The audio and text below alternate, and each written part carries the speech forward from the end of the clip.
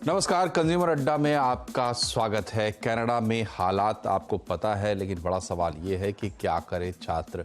छात्र दो तरह के, एक जो वहाँ गए हैं हाल में, अभी कुछ दिन हुए हैं, या थोड़े लंबे समय से भी जो लोग हैं जो छात्र वहाँ पढ़ रहे हैं वो, और साथ ही ऐसे भारत के लाखों छात्र हैं जो कनाडा जाने के लिए एस्पायर कर रहे हैं। कुछ लोगों का वीज़ा लगा हुआ है, जाने का समय आ गया है, और इस बीच वहाँ पे जो हमारे रिश्ते कनाडा से हैं वो खट्टे मीठे हो रहे हैं और लोगों के मन में चिंता पनप रही। कनाडा के साथ भारत के रिश्ते राजनयिक स्तर पर बैकडोर चैनल से, खास करके खालिस्तान को लेकर, खालिस्तानियों को लेकर पहले से ही ऊपर नीचे रहे हैं, लेकिन पीपल टू पीपल कनेक्शन में, यहाँ से वहाँ जाकर काम करने में, बसने में, इसमें कोई दिक्कत अभी तक नहीं रही है, अभी तक नहीं है।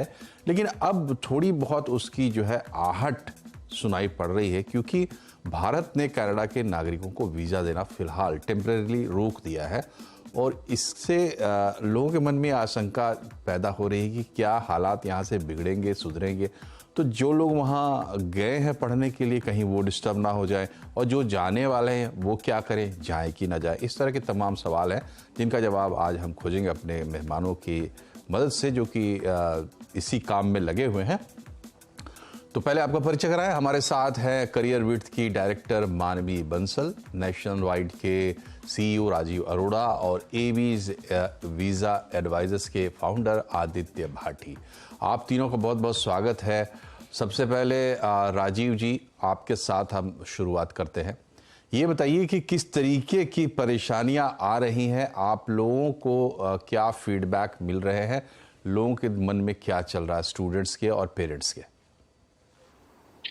नमस्कार सभी साथियों। सबसे पहली बात है कि जो परेशानी अभी आ रही है, अभी ये जो मुद्दा शुरू हुआ है, ये केवल 2 से 3 दिन पहले ही ये मुद्दा शुरू हुआ है, लेकिन G20 के जो भी पार्टिसिपेशन किया था, जस्टिन ट्रूडो जो प्रधानमंत्री हैं, उनके जाने के बाद से ही उनके जो मानसिक स्थिति थी, वो हमारे G20 में भी पूरा उन्होंने पार्टिसिपेट नहीं किया।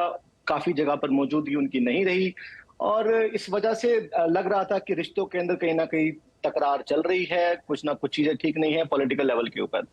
इन चीजों की जब शुरुआत हुई है, तो एक स्टूडेंट है और स्टूडेंट के जो माता पिता हैं, उनके माइंड के ऊपर जरूर इफेक्ट होता है, मेंटली इफेक्ट जरूर होता है उसके ऊपर कि क्या जाना सेफ है या नहीं है। क्योंकि एक इंडिविजुअल आदमी जो बड़ा इमोशनल है, एक जो अपने बच्चों को भेजता है, और बच्चे भी 18 से 21 साल 22 साल की जो उम्र के बच्चे होते हैं, तो उनकी सोच के ऊपर, तो एक पर्सनल सोच के ऊपर तो जरूर इफेक्ट हुआ है। लेकिन मैं बताना चाहूंगा, इमिग्रेशन के ऊपर कोई इफेक्ट नहीं है। कनाडा की तरफ से कुछ भी इमिग्रेशन पे रोक नहीं लगाई गई है। इंडिया ने वीजा जरूर बंद किया कैनेडियन सिटीजन्स के लिए, लेकिन कनाडा ने अभी कोई भी ऐसा वीजा के ऊपर रोक नहीं लगाई है। लोग आराम से जाकर के अपना वीजा अप्लाई कर सकते हैं और जाके अपनी लाइफ को कंटिन्यू कर सकते हैं। कनाडा की जो इमिग्रेशन है, ज्यादा से ज्यादा हमारे इंडियंस के ऊपर ही टिकी हुई है, क्योंकि टॉप रैंकिंग के अंदर जो इमिग्रेंट्स आते हैं वो इंडिया से ही आते हैं कनाडा में। कनाडा की जो टोटल पॉपुलेशन है वो 3 करोड़ 80 लाख के आसपास है। उसके अंदर जो टॉप रैंकिंग इमिग्रेंट्स है वो इंडिया से आ रहे हैं। सेकंड नंबर पे चाइना है, तीसरे नंबर पे फिलीपींस है।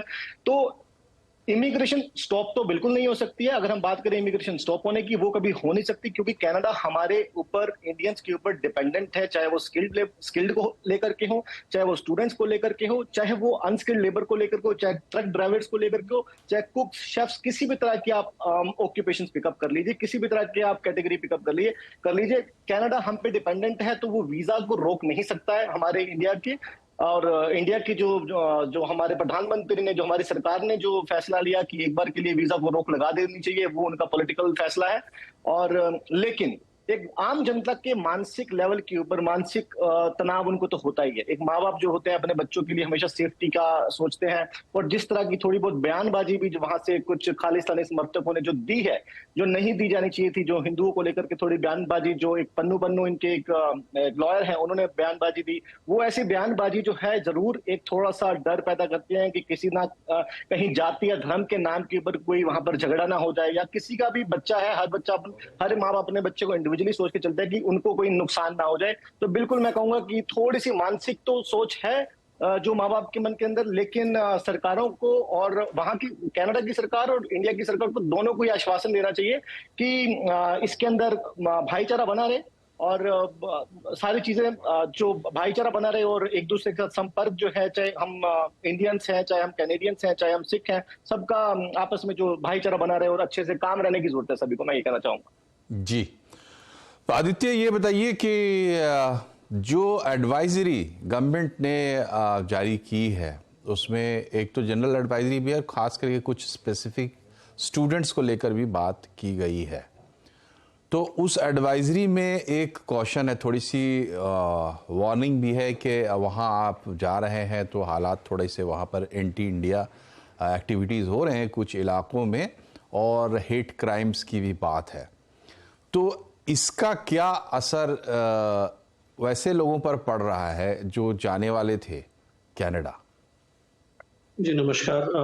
ये पॉलिटिकल एडवाइजरी के ऊपर तो मैं एज सच नहीं कमेंट करना चाहूंगा, क्योंकि वो एक पॉलिटिकल इशू है, उसके बारे में हमारा कमेंट करना नहीं बनता है। लेकिन अगर आप प्रैक्टिकली देखें, जो स्टूडेंट्स ऑन शोर हैं उन्होंने कभी कोई अलार्म नहीं रेज किया वहां पर किसी भी तरीके की इस इल ट्रीटमेंट का या किसी डेंजर का। इनफैक्ट कनाडा को सबसे सेफ डेस्टिनेशंस में से एक डेस्टिनेशन माना जाता है इंटरनेशनल स्टूडेंट्स के लिए, और इसीलिए इतनी भारी तादाद में इंडियन स्टूडेंट्स वहां जा रहे हैं और हर स्टेट से जा रहे हैं, हर रीजन से जा रहे हैं, और ये 2 दिन में कुछ नहीं बदलने वाला है। So the fact is as a country Canada एक बहुत सेफ कंट्री है।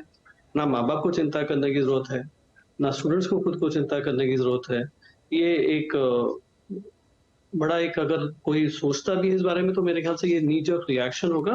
द फैक्ट इज के कनाडा में हर तरीके से इंटरनेशनल स्टूडेंट्स का ख्याल रखा गया है काफी सालों से, और आने वाले काफी सालों तक भी रखा जाएगा। ऐसा कोई कारण नहीं है कि किसी भी तरीके की डर की मानसिकता को पनपने दिया जाए, आने दिया जाए। There is no such reason. जी बिल्कुल सही बात आपने कही कि जो परसेप्शन है वो एक अलग चीज़ है, और ख़ास करके भी चूँकि एक बड़ा कैनवास उसके लिए है जिस पर बेस करके लोग फैसले कर रहे हैं, लेकिन ये एक दिन में बनता नहीं है। क्रेडिबिलिटी बनने में वर्षों लगते हैं, दशकों लगते हैं। और कनाडा आज की तारीख में भारतीय स्टूडेंट्स की लिस्ट टॉप, जो अगर आप चॉइस लिस्ट बनाएंगे, टॉप 5 कंट्रीज़ में कनाडा आएगा, इसमें कहीं कोई दो राय नहीं है। बहुत तरीके के सपने हैं जो कनाडा के रास्ते से आगे बढ़ते हैं, खुलते हैं। मानवी ये बताइए कि ये जो टाइम है, मतलब सितंबर का महीना, ये किस तरीके से क्रूशियल है स्टूडेंट्स के लिए? और जो बात मैंने कही कि कनाडा का जो इम्पोर्टेंस है बाकी लोगों के लिए, जो लोग कनाडा को टारगेट कर रहे हैं जाने के लिए स्टूडेंट्स, उन्हें जानकारी होती है आमतौर पर, लेकिन बाकी लोगों को भी पता चले, तो ये समय थोड़ा सा क्या ख़ास है और कनाडा को थोड़ा हाईलाइट करेंगे स्टूडेंट के पर्सपेक्टिव से। कनाडा में जनरली 2 या 3 इंटेक रहते हैं, सितंबर, जनवरी और आपका मई। सितंबर ये ऐसा टाइम है जहाँ पर सारे स्टूडेंट अपना नया कोर्स, नई जर्नी शुरू करने की तैयारी करते हैं। एंड काफ़ी बच्चे हैं जो ऑलरेडी जा चुके हैं अपना कोर्स सितंबर में शुरू करने के लिए, या आजकल में उड़ने वाले हैं। तो एक, जैसे आदित्य जी ने भी बोला, एक मानसिक तनाव जरूर है, पेरेंट्स के मन में एक डर जरूर बैठा है कि बिकॉज इंडियन गवर्नमेंट ने एक प्रिकॉशनरी एडवाइजरी जारी करी है कि क्या बच्चे सेफ हैं, क्या सिक्योर हैं। बट जो अगर कनाडा का माहौल देखा जाए, मेरी सुबह भी जो बच्चे ऑलरेडी टोरंटो में पढ़ रहे हैं, वैंकूवर में पढ़ रहे हैं, अल्बर्टा में पढ़ रहे हैं, सबसे बात हुई है एंड सबने यही बोला है कि बहुत ही शांत और सामान्य माहौल है, बिल्कुल भी घबराने की जरूरत नहीं है। एंड कैनेडियन गवर्नमेंट ने कोई रिटेलिएशन में कुछ नहीं करा है, कोई एम्बेसी पे कोई रोक नहीं लगाई है, वीज़ा बच्चों को दिए जा रहे हैं। तो जिस बच्चे का वीज़ा भी प्रोसेस में है उसको भी अभी घबराने की कोई ज़रूरत नहीं है। काफ़ी ज़्यादा चांसेस है कि उसका वीज़ा टाइमली आ जाएगा। कुछ